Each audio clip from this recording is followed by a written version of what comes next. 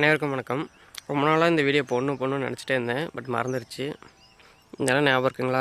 இங்கே தான் நம்ம அந்த மஞ்சள் கலர் கொடிகளில் பார்த்துருந்தோம். இங்கே தான் போட்டிருந்தோம். அந்த இலக்கோட அப்படியே இருக்குது. இப்போ அதுலேயே தான் நான் நீட்டாக சிறக வர ஓட விட்டுருக்கேன் கொடி. இந்த வருஷம் எந்த சிறக வரைக்குமே நான் உரம் கொடுக்கல. பட் இருந்தாலும் அது ஈல்டு கொடுக்குற லென்த்தை பாருங்கள். இந்த வர ஏன்னு தெரியல, கேமராவில் அவ்வளோ ஃபோக்கஸே ஆக மாட்டேங்குது.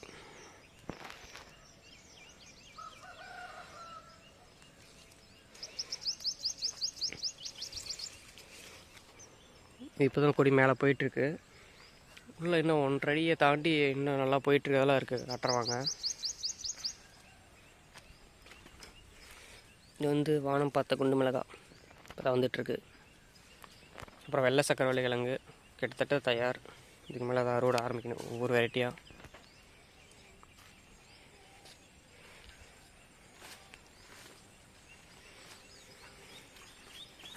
இங்கே ஃபுல்லாக பதாரம் இருக்குது. இது வந்து பர்பிள் சக்கரவள்ளி கிழங்கு.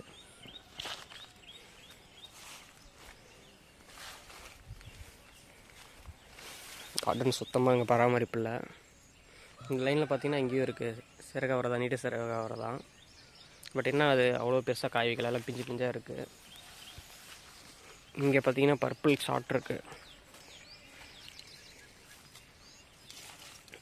இந்த பர்பிள் வெரைட்டி தான், பட் ரொம்ப லென்த் வராது. கலரை பார்த்து கண்டுபிடிச்சிடலாம். அது இன்னும் டார்க்காக வரும் லென்த் வெரைட்டி.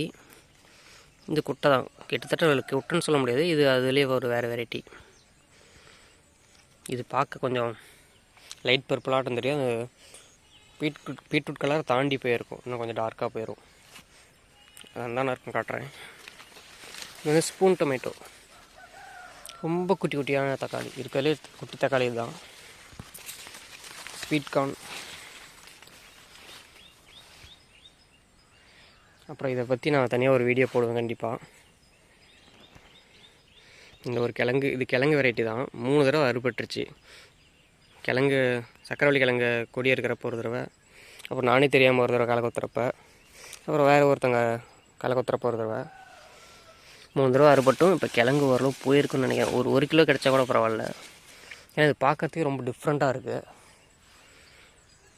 இதை பற்றி அப்புறமா பார்க்கலாம். இது எந்த கொடின்னு தெரில, கிழங்கு வச்சுருக்கு. க்ரீன் உள்ளே ஒயிட்டாக தான் இருக்கும். இது வந்து க்ரீனாக இருக்குது. அறுவடை பண்ணால் தான் தெரியும்.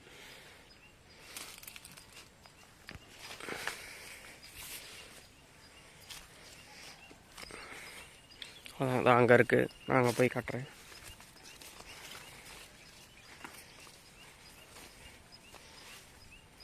தக்காளி செடி வேறுன்னு பார்த்தா இல்லை, ஜினியா பூ தான் வந்துட்டுருக்கு. ஏதோ தானாக முளைச்சது. நம்ம தான் அறுவடை அவ்வளோ பண்ணுறதுலே பூ வெரைட்டிஸ்.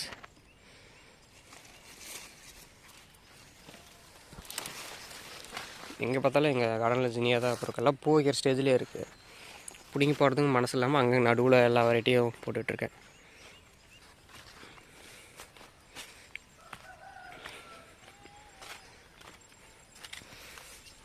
இங்கே ஒரு செடி இருக்குது.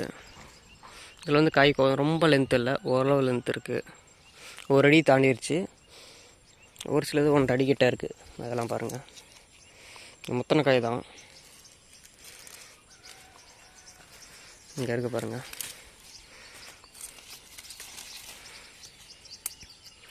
ஒன்றரை அடி இருக்கும். இதுலேயும் மேலே இருக்குது, அது 1.5 அடி தாண்டி இருக்குது. அதை காட்டுறேன்.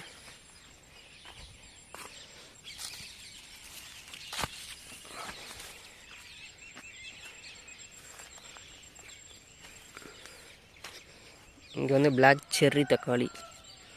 பச்சையாக இருக்குன்னு பார்க்காதீங்க, பழுக்கிறப்ப ஃபுல்லாக பிளாக்காக மாறிடும். பவானி கத்திரி.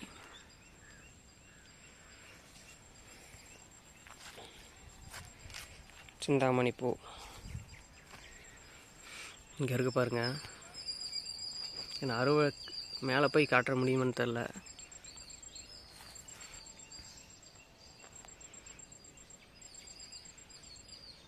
ஒன்றே 3/4 அடிக்கு மேலே இருக்குது. காஞ்சதுக்கப்புறம் நான் எடுத்து பார்ப்பேன். அப்போ ஆனால் சுருங்கிடும். இந்த ஒரு 10 காய் கிட்ட இருக்குது அந்த ஒரு பர்டிகுலர் பிளேஸ்லேயே. எல்லாம் உள்ள மரப்பில் இருக்குது.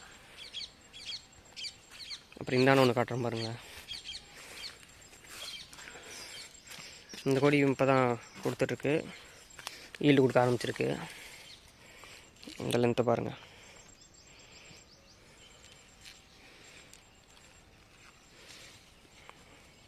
ஒன்றே முக்கால் அடி இருக்கும், 1.25 அடிக்கு மேலேயே இருக்கும்.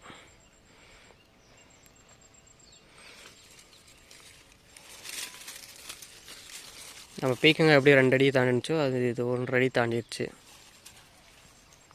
இதுக்கு நான் உரம் எதுவும் கொடுக்கல, கொடுத்துருந்தா இன்னும் சூப்பராக வந்துருக்கு. படுறதுக்கு இடமும் கொடுக்கல. சங்குப்பூ கொடி தான் ஃபுல்லாக ஆக்கிரமிச்சிருக்கு. அதுலேயும் இன்னும் கொஞ்சம் தானே இருக்குது. இது வந்து கருப்பு காந்தாரி மிளகாய், ஏற்கனவே ஒரு வீடியோவில் பார்த்துருப்போம். இது இப்போ மறுபடியும் துளுத்து வந்துட்டுருக்கு, கொஞ்சம் நோய் பாதிக்கப்பட்டிருக்கு. பட் நம்ம எதுவும் பண்ண போகிறதில்ல, அதுவாக தெரிஞ்சு வரட்டுன்னு விட்டுருவோம். அப்படி பண்ணாமல் தான் இங்கே சமாளிக்க முடியுது. நம்மளே கேர் நிறையா கொடுத்தோம்னா அது சரியில்லை. எப்போயாவது மீனமில் மட்டும் டைம் இருந்தால் அடித்து விடுவேன். இந்த ஸ்டார்டிங்கில் வச்ச கிழங்கு, ஸ்டார்டிங்லேயே வச்சது ஏப்ரல் மாதம் வச்சுட்டேன்.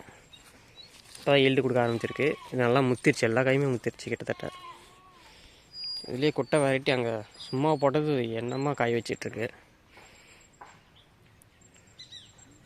அது போட்டதோடு சரி, இப்போ போய் எட்டி கூட பார்க்கல, பந்தலும் இல்லை, தரையிலே படந்து சூப்பராக காய் வச்சிட்ருக்கு. சமையலுக்கு இதுக்கு மேலே அறுவடை பண்ண, அது வீடியோ அப்புறமா கட்டுறேன். இந்த கத்திரிக்காய் தான் காப்பாற்றவே முடியல. சூப்பரான கலர், பட் நம்மளால் காப்பாற்ற முடியல. பூச்சி தாக்குதல் அவ்வளோ இருக்குது. அப்புறம் இங்கேயும் அதே தாங்க இருக்குது, நீட்ட சிறக வர. பட் அவ்வளோ சூப்பராக வளரல, ஏன்னா வெத்தலைவள்ளி கிழங்குக்குள்ளேயே போட்டிருக்கும்ல.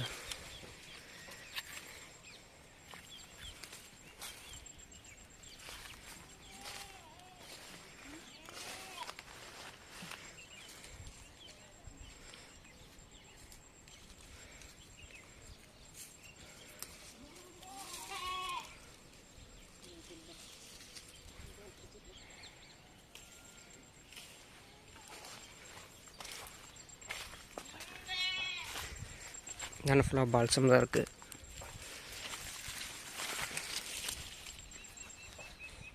பால்சம் வயலட், இது வந்து பொங்கல் கரும்பு, எல்லாமே போட்டு விடுறதோட சரி. உரம் எதுவும் கொடுக்கல, அதுதான் ப்ராப்ளம். மற்றபடி வளர்ச்சி வைக்கல, உரம் கொடுத்துட்ருக்கு.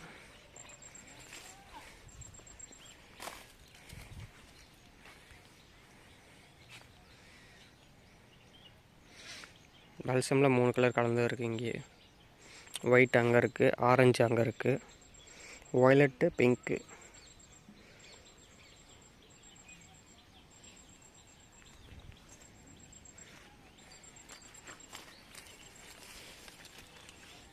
அப்புறம் இங்கே தான் இது, இங்கே கொஞ்சம் நீட்ட சிறக வர காய் வச்சிட்ருக்கு. இந்த சீட்ஸ் இன்னும் கொஞ்ச நாள் கழிச்சு தாங்க சேல்ஸுக்கு வரும், உடனே வராது. ஆனால் இப்போ தான் முத்திட்டுருக்கு. இது தானாக முளைச்ச பப்பாளி செடி, காய் சூப்பராக வச்சிட்ருக்கு. பார்க்கலாம். அவ்வளோதாங்க, அடுத்த வீடியோவில் சந்திக்கலாம். அனைவருக்கும் நன்றி. இது வந்து பர்பிள் அவரை, பீட்ரூட் கலர், அது வந்து மஞ்சள் கரிசலாங்கண்ணி. அது இதுக்கு மேலே தான் பவுட்ரு பண்ணி சேல்ஸ் பண்ணலான்ட்ருக்கேன்.